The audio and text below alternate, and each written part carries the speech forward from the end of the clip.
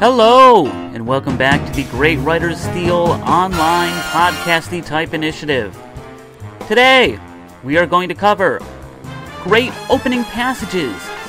What makes an opening passage great, how you grab the reader, how you keep their attention, and how you do so while remaining true to your story.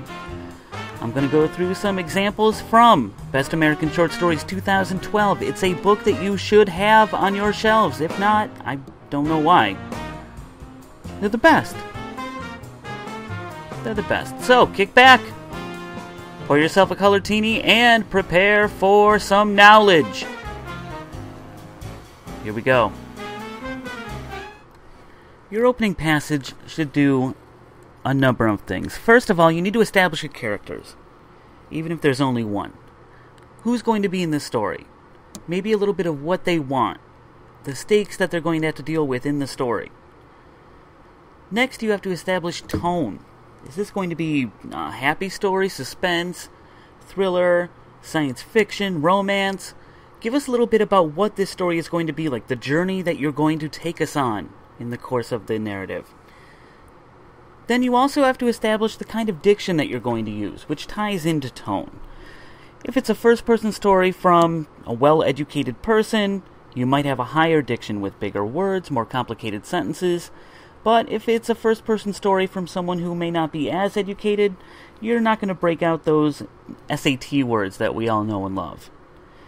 Finally, that opening passage needs to kick off your narrative. It doesn't necessarily have to have the inciting incident. If you don't know what that is, an inciting incident is the bit of narrative that really kicks off the story, right?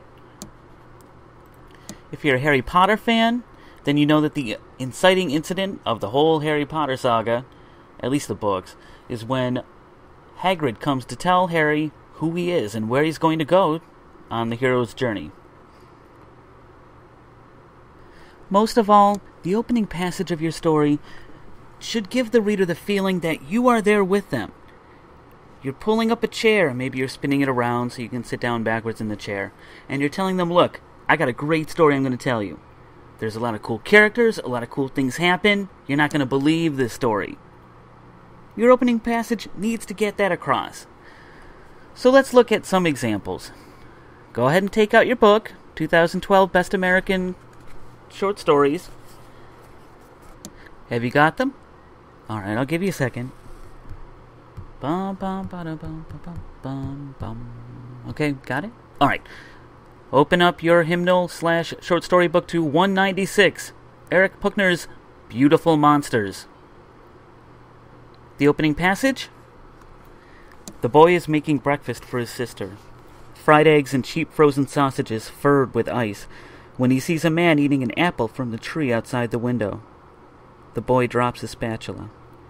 It is a gusty morning, sun sharp and beautiful, and the man's shirt flags out to one side of him, rippling in the wind.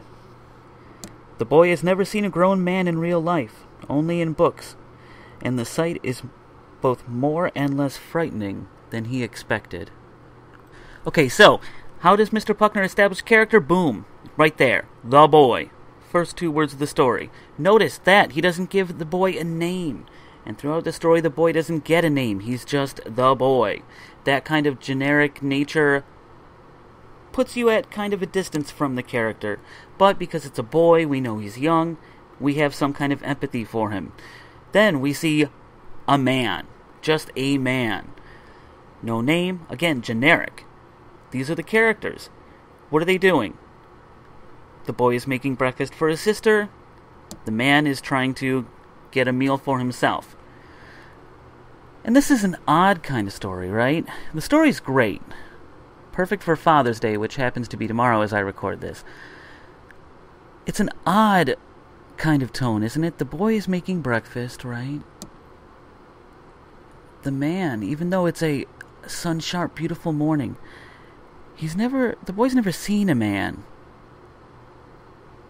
And he's taking an apple from the tree. This is a weird kind of open. We know immediately that this is not a, in quotes, normal story. We get that. Diction.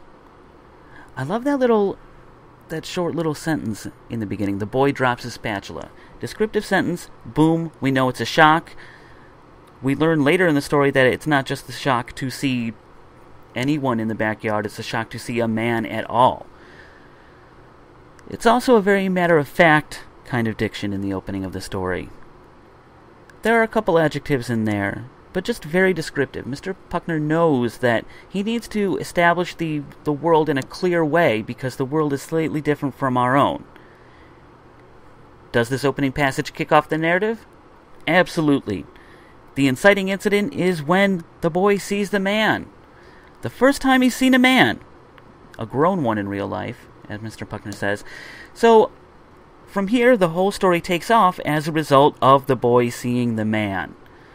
Mr. Puchner fulfills all of the obligations of the opening passage. Next, we turn to page 75. Roxane Gay's North Country, a story originally published in the wonderful journal Hobart. The opening passage: I have moved to the edge of the world for 2 years. If I am not careful, I will fall. After my first apartment meeting, my new colleagues encouraged me to join them on a scenic cruise to meet more locals. The Peninsula Star will travel through the Portage Canal, up to Copper Harbor, and then out onto Lake Superior. I am handed a glossy brochure with bright pictures of blue skies and calm lake waters. You'll be able to enjoy the foliage, they tell me, shining with enthusiasm for the Upper Peninsula. Do you know how to swim? They ask. Alright. Number 1, does this establish character? Yes, it is in the first person. The very first word of the story is I. So Ms. Gay makes it very clear that we're in a first-person story. What else do we learn about the character? This character is beginning a 2-year adventure in a department at a college. We know that the character is also an academic. We learn that the character's a little bit lonely. It seems as though she needs to be convinced to meet these colleagues. It seems as though she's a little bit dubious about her new home. And that ties into the tone. It's kind of ominous, right? If I am not careful, I will fall. We care about the character immediately, and we know that this is kind of not a coming-of-age story, but a story about a woman who has an experience that kind of changes her in some way. And we look at the diction. This one's also very straightforward, but also beautiful. Ms. Gay is very clear by telling us the character, I have moved to the edge of the world for 2 years. She's giving us that exposition, making it clear, but also we get some of the beautiful phrases in there. We love the name of the boat, the Peninsula Star. We love the glossy brochure with bright pictures of blue skies. This is a character who is well-spoken and intelligent, and she's going to give us an interesting story. Does this kick off the narrative? Absolutely. We know that the character is at the beginning of a journey, and that she's lonely, and we're kind of guessing that the story is going to address that loneliness. So, Miss Gay, again, passes with flying colors. We turn to page 108. Stephen Millhauser's Miracle Polish, a story that was in the New Yorker. This is also a very cool story. It reminded me of an episode, maybe Alfred Hitchcock Presents, maybe a Twilight Zone.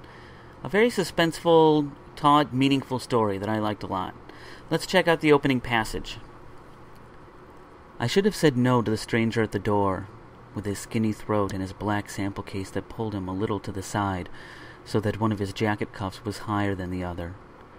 A polite no would have done the trick. No thanks, I'm afraid not today. Then the closing of the door and the heavy click of the latch. But I'd seen the lines of dirt in the black shoe creases, the worn-down heels, the shine on the jacket sleeves, the glint of desperation in his eyes. All the more reason, I said to myself, to send him on his way, as I stepped aside and watched him move into my living room. Do we love that opening sentence? Yes, we do. It's a little bit not long in a bad way. It's beautiful and descriptive and puts everything all into one masterfully written sentence. We learn immediately. Do we establish character? Yes. I. It is a first-person story. The character's kind of cool, too, because the character's letting us know that this was a meaningful event. I should have said no to the stranger at the door, asking that question, why? Why should he have said no? And it's an answer that will be distributed throughout the rest of the story. Is the tone established? Oh, yes, it is mysterious, right? Why is letting the stranger in something that the narrator regrets? Does it establish diction?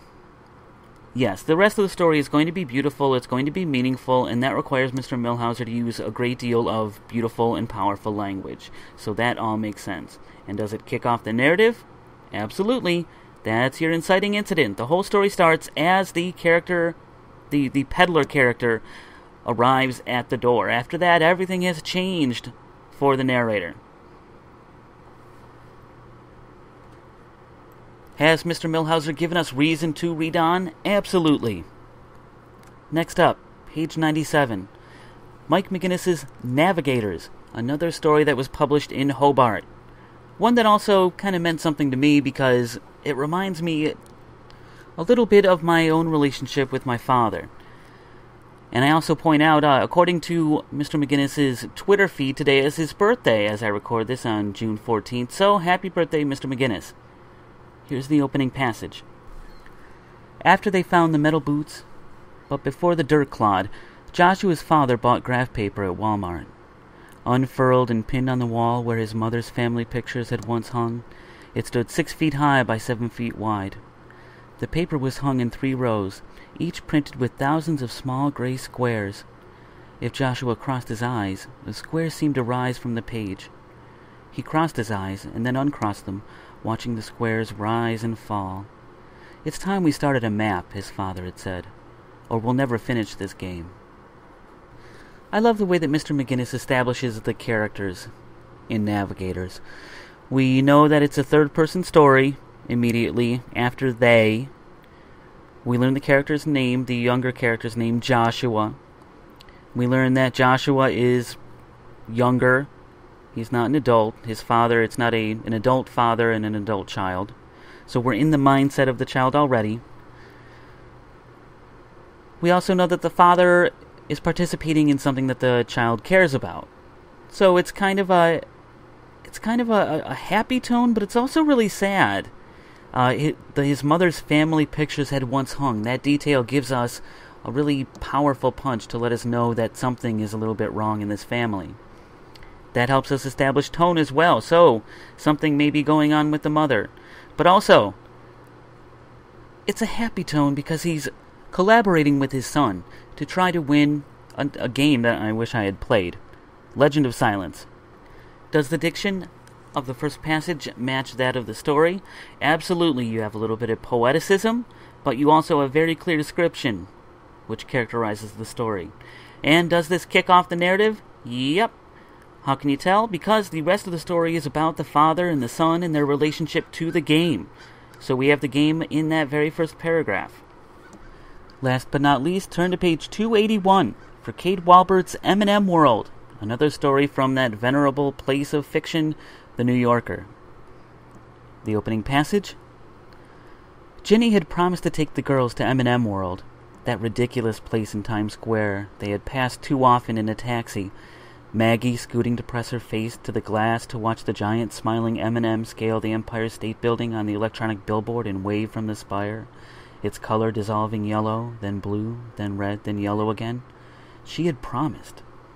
"Promised," Olivia said, her face twisted into the expression she reserved for moments of betrayal. "Please," Olivia whined. "You said spring." Miss Walbert introduces the characters immediately in that first passage. Ginny, the mother. Maggie and Olivia, the children. Now, I don't have any children of my own, which is a very good thing for humanity as a whole. But I do know a little bit, and I'm a human, so I understand that it must be a huge pain, but also very gratifying to bring children to a place like M&M World or a ball game, because you want to give them new experiences, but it's also very stressful because they like to run away and hide. So we learn immediately that there's some kind of tension, right? That comes out in the tone. We get the character and then the tone. Ginny, the mother, is promised something to the children, and so now she's going to give it to them. The kids are going to be happy, but of course, there's always some kind of difficulty in there. Do we establish diction right away?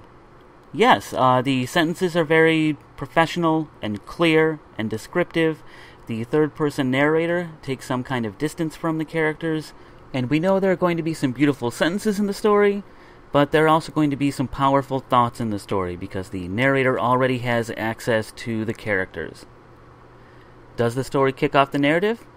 Yep, because going to M&M World is the whole point of the story, where the climax happens, and where all of the standard epiphanies take place. As my final example, I'm not going to stick with Best American Short Stories 2012. I'm going to talk about one of my favorite short stories, if not my favorite.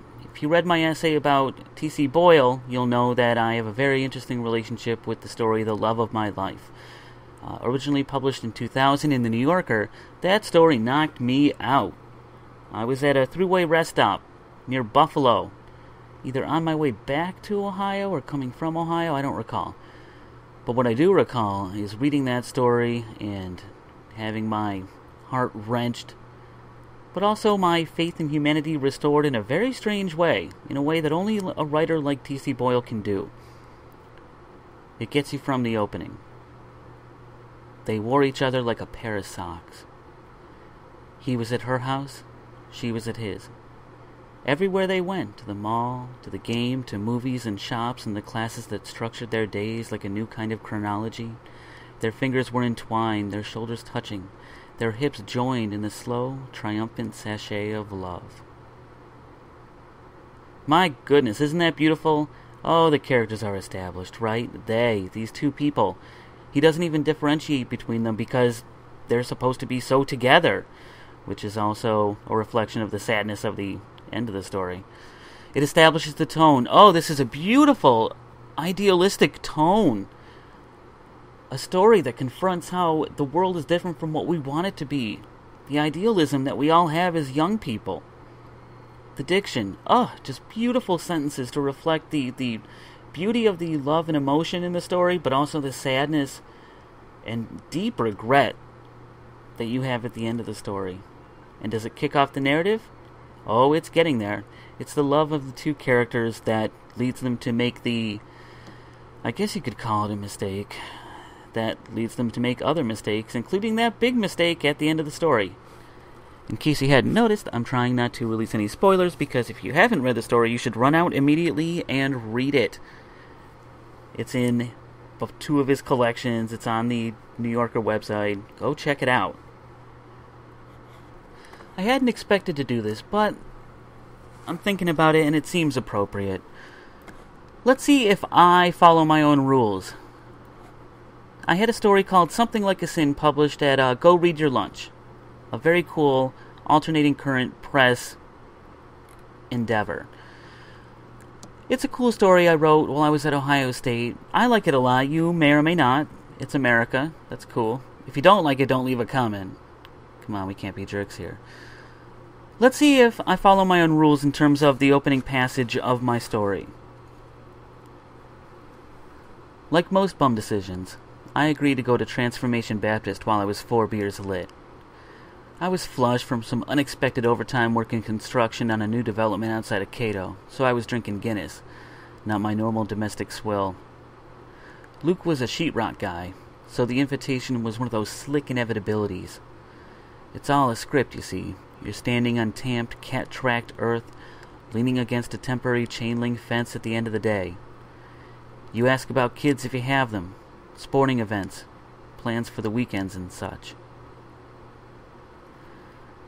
So let's see, do I establish character? Well, it's a first-person story. The character, as it ties into diction, he's not a dumb guy. He's not probably a college graduate. Never really thought about it, but I don't think he is. So he's not the best educated guy, but he's also not going to break out the beautiful, beautiful kinds of phrases that you can have in Love of My Life or in a story like M&M World. We also learn about Luke. He's a sheetrock guy. He's also a construction guy. We don't want to stereotype people, but, you know, in the opening of a story, we know that these are two guys who work construction, so we kind of use our judgment and make slight assumptions about who they are and what they're about. Do I establish the tone? Oh yeah, I guess. Like most bum decisions, it was a bad idea. We want to know why, what happened. What happened to make it a bum decision? Why was it a bum decision? Does the opening passage kick off the narrative? I'm going to say yes, because the character going to the church kicks off the rest of the story and leads naturally to the ending. As we all know, the inciting incident should lead to a peak in rising action that leads to another peak, that leads to another peak, that leads to the climax, and then finally the denouement. And yeah, going to transbap, as I call it later, is what sets the character on his eventual path to epiphany. Don't get me wrong, I'm definitely not saying that my stuff is as good as any of the other examples I've used, but shouldn't you sit back and look at your own story and kind of wonder if you're doing the same kinds of things? Making sure that you're hitting those 4 milestones in your opening passage? I hope that's been a little bit helpful to you. If you want to comment, go ahead. You can do so in the comments on this video. You can hit me up at Twitter, at GreatWriterSTE, Great Writers. You can also hit up the Great Writers Steel Facebook page. All of that's in the description. So, thanks for listening, and we'll see you next time.